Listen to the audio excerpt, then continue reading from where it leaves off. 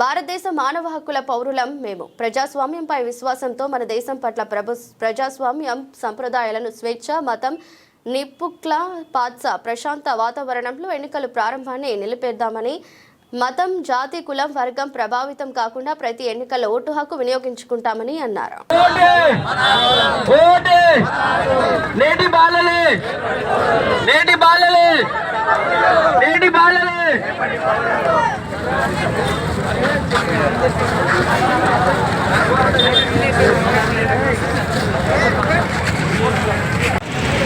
जरूरत नहीं है। तहसीलदार खुद जवाब ने ढकल दिया उन्होंने, क्या वजह से ढकला उन्होंने? मीडिया वालों को नहीं ढकलना, कोई पूछे तो जवाब देना, गुंडागिर्दी कर दे ऑफिसर దొబ్బేస్తున్నాడు కదా ఎంఆర్ఓ ఓటకు మన ఎలక్షన్ వచ్చేటప్పుడు అందరూ కూడా నిశ్చితార్థంగా ఓటక్కు వినియోగించుకోవాలి. సెలవు ఉన్నదని చెప్పేసి ఓటక్కు వేయకుండా ఇంటికాడ ఉండకూడదు.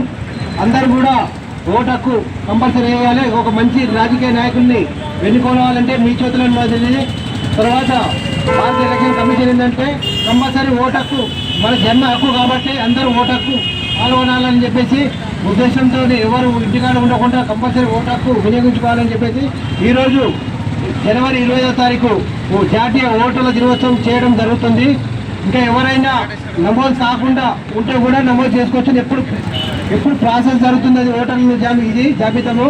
కాబట్టి అందరూ పాల్గొన్న వాళ్ళందరికీ థ్యాంక్ యూ చెప్తున్నాం. ప్రతి ఒక్క ఓటరు నిష్పక్షపాతంగా ప్రజాస్వామ్యబద్ధంగా ఓటు వేయాలనే సంకల్పంతో ప్రజల్లో అవగాహన కార్యక్రమాన్ని ఏర్పాటు చేస్తూ ఉన్నాం. కాబట్టి రేపటి రాబోయే మున్సిపల్ ఎన్నికల్లో పౌరులందరూ తమ ఓటును నిష్పక్షపాతంగా వినియోగించుకోవాల్సిందిగా కోరుతూ ఉన్నాను.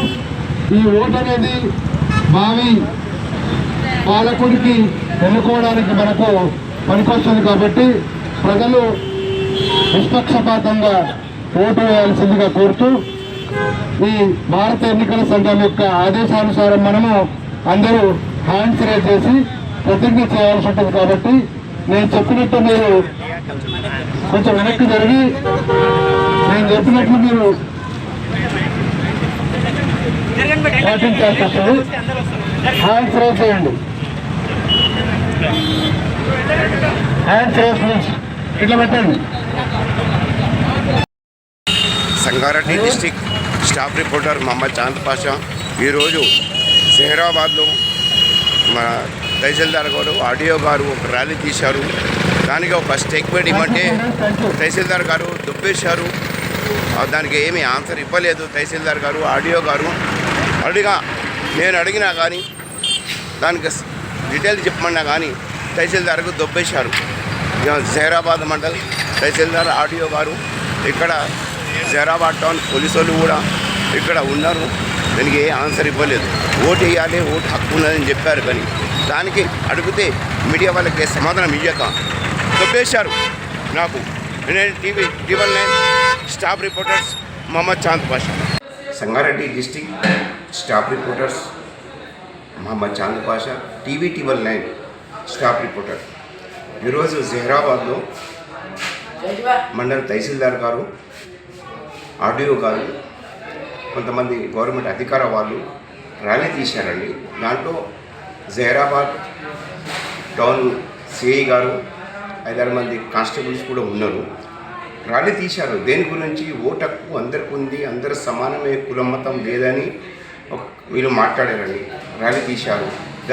దాని ప్రకారం నేను ఆడియో గారికి తహసీల్దార్ గారికి అడిగాను, సార్ డీటెయిల్ చెప్పమని చెప్పాను. అయితే నన్ను దుబ్బేశాడు. జహీరాబాద్ టౌన్ సిఐ గారు వీడియో దిగొద్దు, మంచిగా ఉండేది, మీకు మర్యాదగా చెప్తున్నాను, లేకపోతే మీ మీద చర్యలు తీసుకుంటాను, మీరు కావాలంటే డిఎస్పీ గారికి, ఎస్పీ గారికి, డీజీపీ గారికి కూడా కంప్లైంట్ ఇచ్చుకోవాలని ఎస్ఐ గారు చెప్పారండి.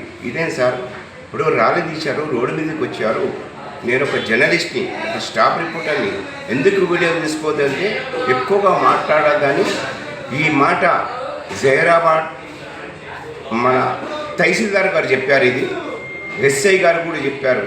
అంటే ఒక మీడియా మిత్రులు వీడియోలు తీసుకుంటే రౌడీజం చేస్తారా అని నేను నిలదీసి అడుగుతున్నాను. దీనికి ఆన్సర్ ఇవ్వాలి. తెలంగాణ స్టేట్ డీజీపీ గారికి అడుగుతున్నాను.